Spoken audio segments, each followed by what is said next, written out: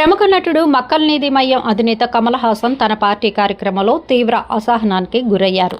ఓ కార్యకర్త అత్యుత్సాహంతో ఆయన చేతికి బలవంతంగా కత్తిని ఇవ్వబోవడమే ఇందుకు కారణమైంది. ఈ అనూహ్య పరిణామంతో వేదికపై కాసేపు గందరగోళం నెలకొనగా పోలీసులు జోక్యం చేసుకుని పరిస్థితిని చక్కదిద్దాల్సి వచ్చింది. ఈ ఘటనకు సంబంధించిన దృశ్యాలు సోషల్ మీడియాలో వైరల్గా మారాయి. వివరాల్లోకి వెళ్తే చెన్నైలో జరిగిన ఎంఎన్ఎం పార్టీ సమావేశంలో ఈ ఘటన చోటు చేసుకుంది.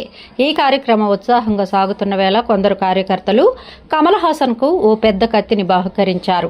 అభిమానుల కేరింతల మధ్య కమల్ హాసన్ నవ్వుతూనే దాన్ని స్వీకరించి ఫోటోలకు ఫోజులిచ్చారు.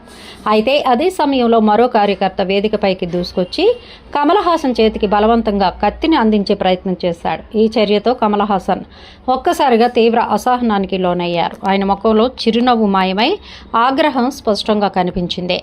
సదరు కార్యకర్త వైపు తీవ్రంగా చూస్తూ కత్తిని కింద పెట్టమంటూ గట్టిగా సంజ్ఞలు చేశారు.